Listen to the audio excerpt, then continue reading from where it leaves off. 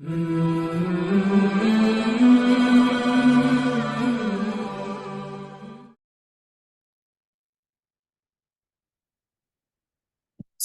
تعلم اللغة على عربیہ اور کتاب دروس اللغة على عربیہ کا دوسرا حصہ، اس کا سبق نمبر 5۔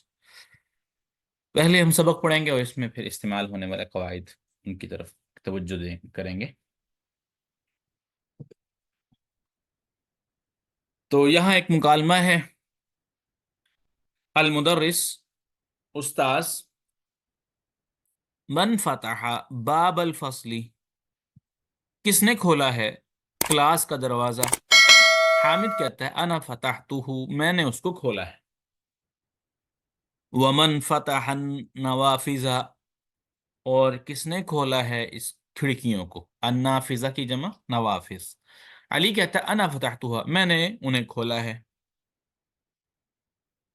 المدرس، مدرس کہتا ہے من کسر هذا المکتب، یہ ڈیسک میز کس نے توڑا ہے؟ من، کس نے، کسر توڑا ہے، هذا المکتب یہ ڈیسک۔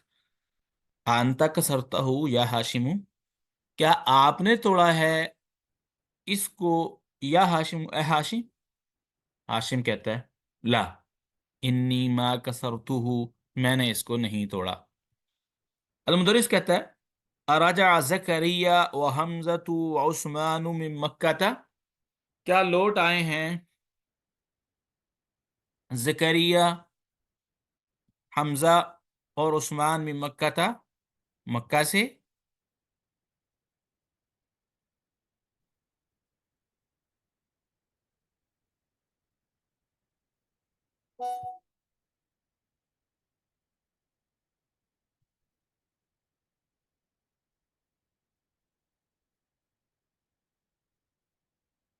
لا ما رجعوا، نہیں وہ نہیں لوٹے ابھی تک۔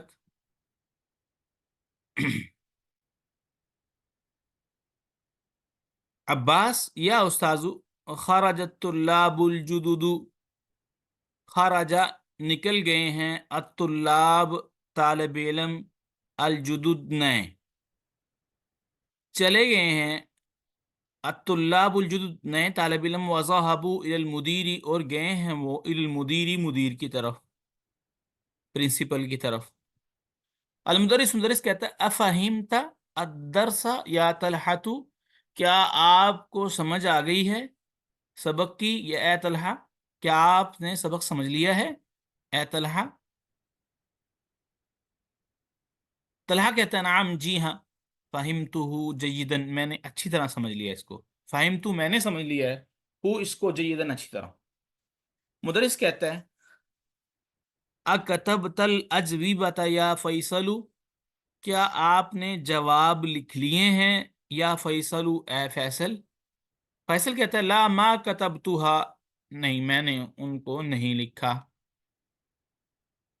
مدرس کہتا ہے لماذا، کس لیے، کیوں نہیں لکھا بھی آپ نے؟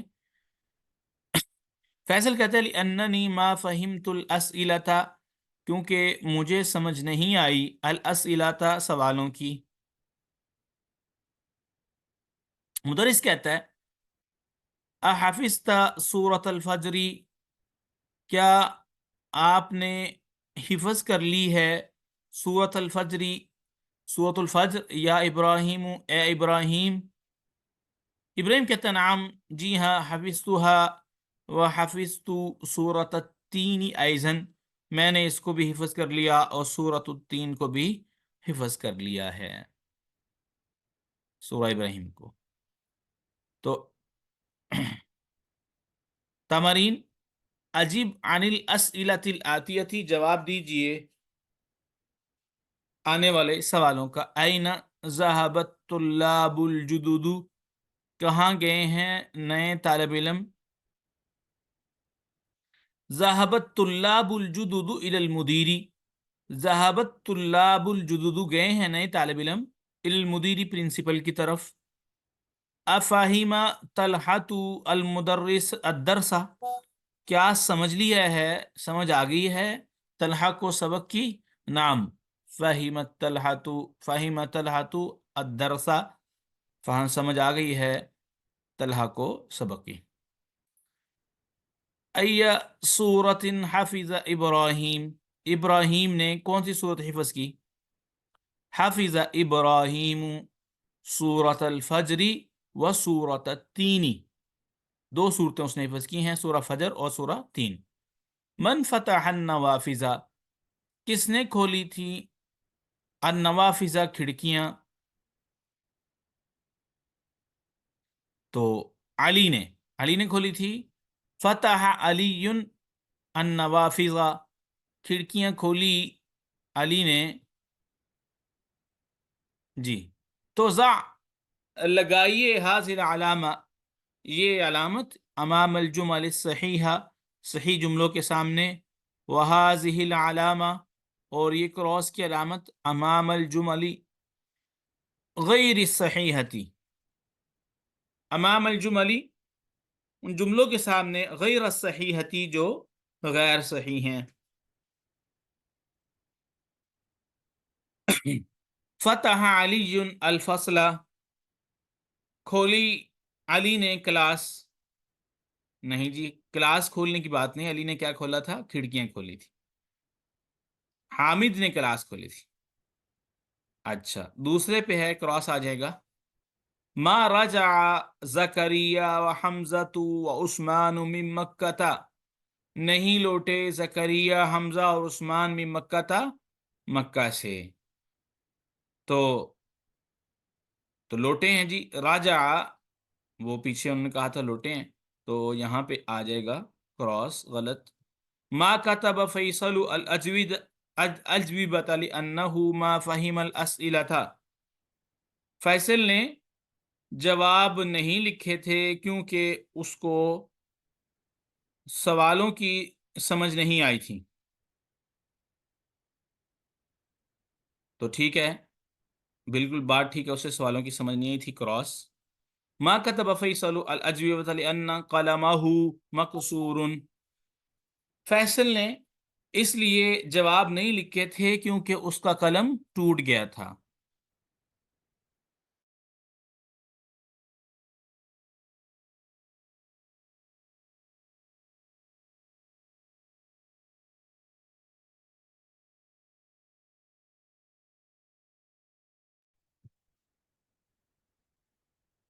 اب ذرا اس تمرین پہ غور کریں، پھر اس سبق میں ہونے والے قواعد کی بات کریں گے۔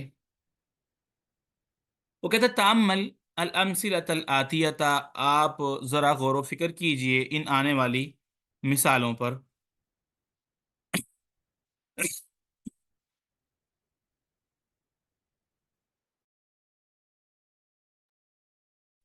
القرآن، مثال کے طور پر یہاں ایک لفظ ہے القرآن، قرآن۔ قرأ الطالب القرآن، پڑھا طالب علم نے قرآن۔ الدرس، کتب المدرس الدرس، لکھا استاد نے سبق۔ القہوۃ، شرب الضیف القہوۃ، پیا مہمان نے قہوہ۔ الباب، فتحت آمنۃ الباب۔ آپ ذرا اس بات پہ غور کریں کہ کیسے کیسے اس جملے کی بناوٹ ہے، پھر ہم اس پہ بات کرتے ہیں۔ دیکھیں، قرأ الطالب القرآن، قرأ فعل ہے، الطالب فاعل ہے، اور القرآن مفعول بھی ہے۔ تو پہلے نمبر پہ تو یہ کہ فعل کیا ہوتا ہے؟ فعل جس میں کسی کام کے ہونے یا کرنے کی جو ہے وہ خبر دی جائے جس کے ساتھ، اور اس میں زمانہ بھی پایا جاتا ہو، تو اسے کیا کہتے ہیں؟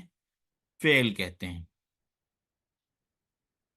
اب کوئی کام جو بھی کیا جا رہا ہو، وہ کسی کرنے والے کے بغیر نہیں ہوتا، یا جو بھی کام ہو رہا ہے یا کو کر رہا ہے تو وہ کسی کرنے والے کے بغیر نہیں ہوتا، یعنی کہ فعل کسی کے ذریعے وجود میں آتا ہے، جس کے ذریعے وہ کام ہو رہا ہوتا ہے، جس کے ذریعے وہ کام وجود میں آتا ہے، اسے فاعل کہتے ہیں۔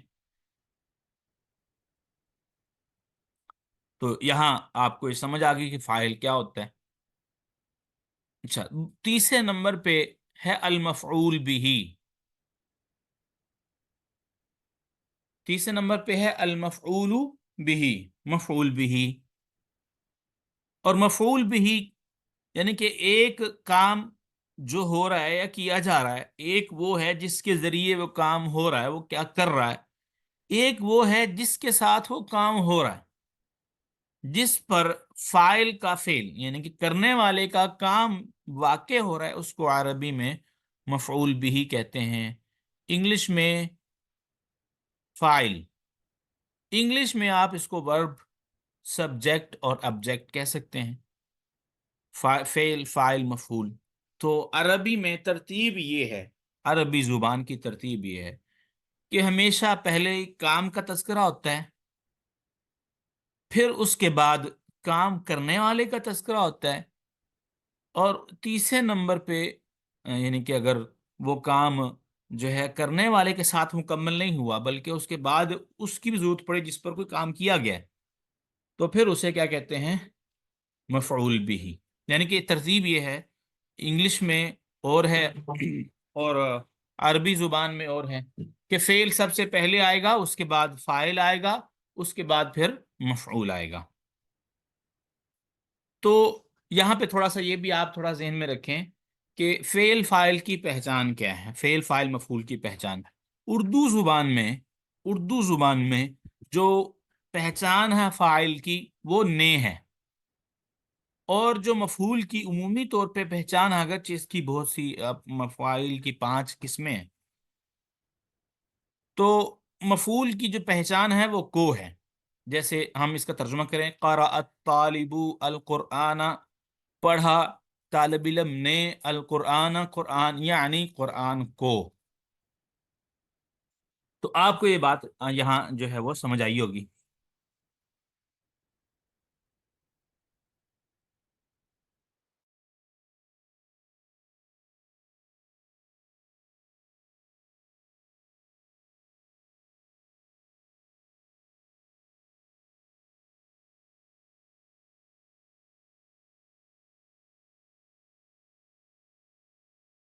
تو آپ نے یہ دیکھا یہ بناوٹ ہے۔ تو جو انگلش ہے اس کی بناوٹ یہ ہے کہ اس میں پہلے آتا ہے سبجیکٹ، ہی ہیز گون، تو وہ جا چکا ہے، سبجیکٹ پہلے آتا ہے، پھر اس کے بعد جو ہے وہ ورب آتا ہے، اس کے بعد پھر آبجیکٹ آتا ہے۔ تو اردو میں وہ چلا گیا، میں نے اس کو مارا، تو اردو میں ترتیب اس کی تھوڑی سی یہ ہے کہ اردو میں پہلے آتا ہے فاعل، میں نے اس کو مارا، پھر مفعول، اور سب سے آخر میں فعل۔ تو بہرحال ہم نے یہاں پہ کیا بات پڑھنی ہے عربی زبان کی، یہ اس لیے بتایا تاکہ آپ کو پتہ چلے کہ یہ فعل فاعل کی ترتیب جو ہے وہ کیا ہوتی ہے۔ تو یہاں آپ نے غور کیا، قرأ پڑھا، ایک ہے کہ کام کی خبر دی جا رہی ہے کہ پڑھا، اب پڑھنا کیا ہے؟ ایک فعل ہے، کام ہے۔ ایک ہے کام کو کرنے والا، اس کو آپ قاری کہہ لیں، ایک پڑھنے والا ہے۔ ایک وہ چیز جس کو پڑھا گیا ہے، اور وہ کیا ہے؟ مفعول بھی۔ تو اس کو عربی میں مفعول بھی کہتے ہیں، جس پر فعل وہ یعنی کہ لفظ یا کلمہ جس کے ذریعے کسی کام کے ہونے یا کرنے کی خبر دی جائے، اور اس میں ساتھ زمانہ بھی پایا جا رہا ہو، اور فاعل وہ ہوتا ہے جس کے ذریعے وہ کام واقع ہو رہا ہو، اور جس پر کام واقع ہو رہا ہے اس کو عربی میں مفعول کہتے ہیں۔ تو یہ ترتیب آپ کو سمجھ آ گئی ہوگی الحمدللہ۔ اب آپ سبق پہ اگر غور کریں تو آپ دیکھیں اس کی پہچان، کہ یہ دیکھیں، من فتح باب الفصلی، کس نے کھولا کلاس کے دروازے کو۔ آپ دیکھیں، کس نے کھولا کلاس کے دروازے کو، انا فتحتہ، میں نے کھولا ہے، ہو اس کو، لگا کہ پورا جملہ ہے، کس نے کھولا۔ اب کھولنے والا کیا ہے؟ وہ فاعل، اور کھولنا فعل، اور جس کو کھولا گیا مفعول۔ اس طرح میں نے اس کو کھولا ہے، فتح النافذ، من فتح النوافذ، کس نے کھولی کھڑکیاں۔ اب فتح کھولنا فعل، اور جس نے کھولا وہ فاعل، اور جس کو کھولا گیا وہ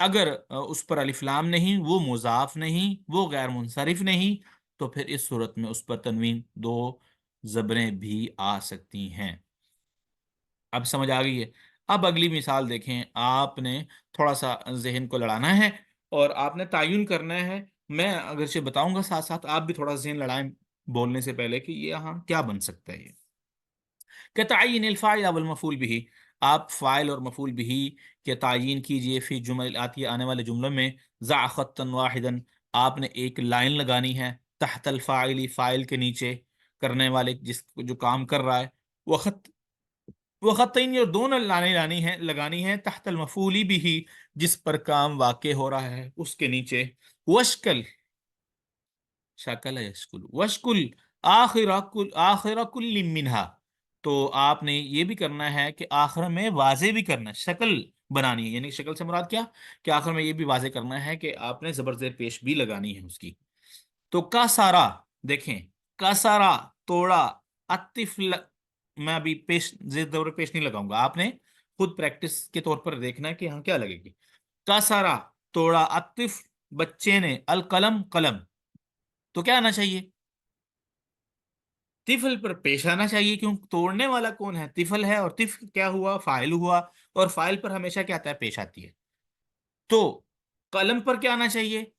زبر، جس کو کیا کہتے ہیں؟ فتحہ۔ ہم جی، تو قلم پر کیا آنا چاہیے؟ فتحہ، جس کو زبر کہتے ہیں۔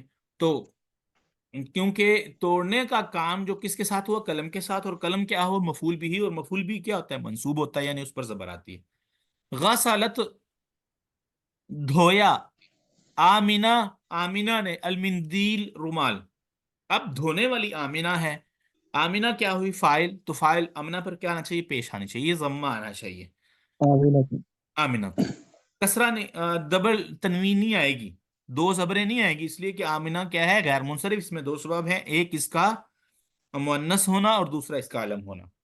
یہ غیر منصرف کی بات آپ پیچھے ہماری جو الحمدللہ پچھلے اسباق ہیں ان میں پڑھ بھی چکے ہیں، اور وہ اپلوڈ بھی ہو چکی ہیں، آپ دیکھ سکتے ہیں۔ آگے ہے دھویا کس کو؟ مندیل کو۔ اب دھونے کا کام کس کے ساتھ ہوا؟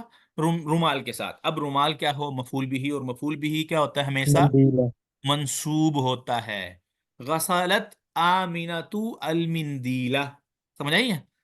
اچھا، کھایا، میں ترجمہ پہلے کروں گا تاکہ آپ ساتھ ساتھ مفعول فعل کو سیٹ کر لیں اپنے ذہن میں۔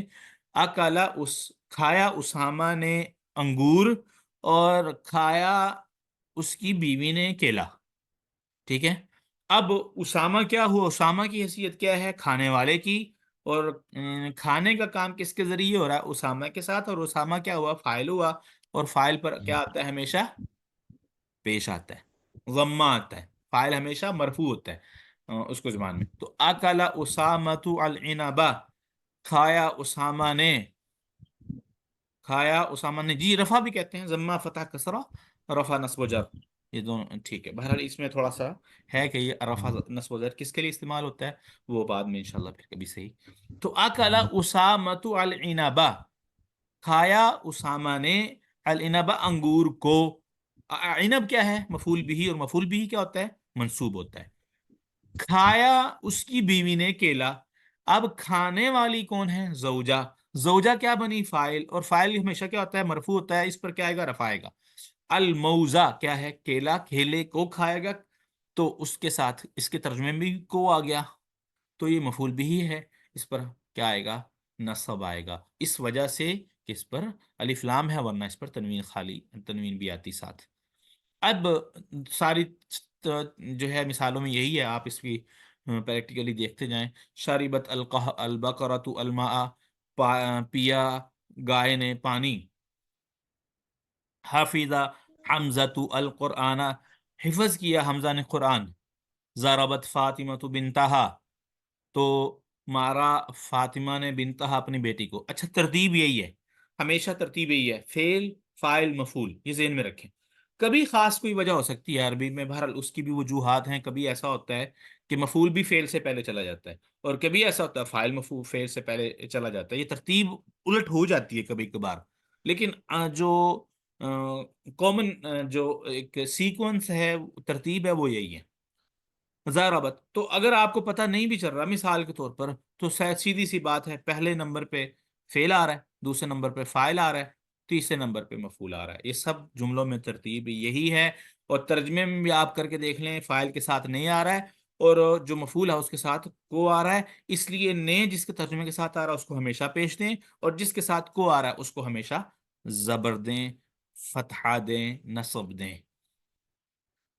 قتل الرجل الحیۃ بالحجر، مارا قتل مار ڈالا، الرجل آدمی نے، الحیہ سانپ کو پتھر کے ساتھ، سمع بلال الاذان سنی بلال نے اذان، وذهب الى المسجد اور وہ چلا گیا الى المسجد مسجد کی طرف. كتب المدرس الدرس على السبورة، لکھا استاذ نے سبق تختہ سیاہ پر. فتح البقال، کریانہ فروش نے دکان کھولی، الدکان دکان، فی الساعة الثامنة 8 بجے، 8 بجے کریانہ فروش نے دکان کھولی. اب آپ پانچویں تمرین ہے، اکمل الجمل آتیہ بکلمات مناسبت واثبتها بالشکل. تو کہتا ہے آپ ایک تو آنے والا جملے کو مکمل کریے ایسے کلمات کے ساتھ جو کہ جملے کا مناسب ہوں، یعنی کہ وہاں وہ فٹ آتے ہوں. واثبتها بالشکل، اور اس کے ساتھ ساتھ ان کے آخر میں زیر زبر پیش بھی لگائیے. من فتح، کس نے کھولا، کیا مطلب، کیا کھولا، الباب دروازہ. النوافذ،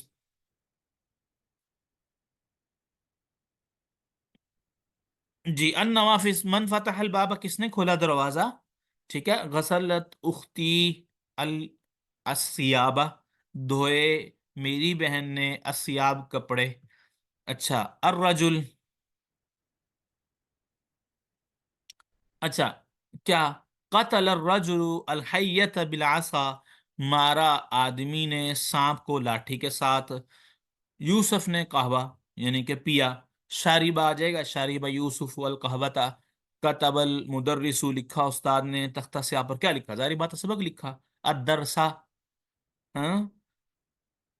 سعاد الخبز، یہ اس میں دو آ سکتے ہیں، یہ کوئی بھی لگا لیں. آپ کہیں اس نے کھائی، اس نے روٹی کھائی یا پکائی. پکائی کے لیے طبخہ آ جائے گا. اور اکلا، جو طبخہ اور کھانے کے لیے اکلا، تو کیونکہ سعاد مؤنث ہے اس لیے پھر اکلت آ جائے گا. اکل سعاد الخبزہ.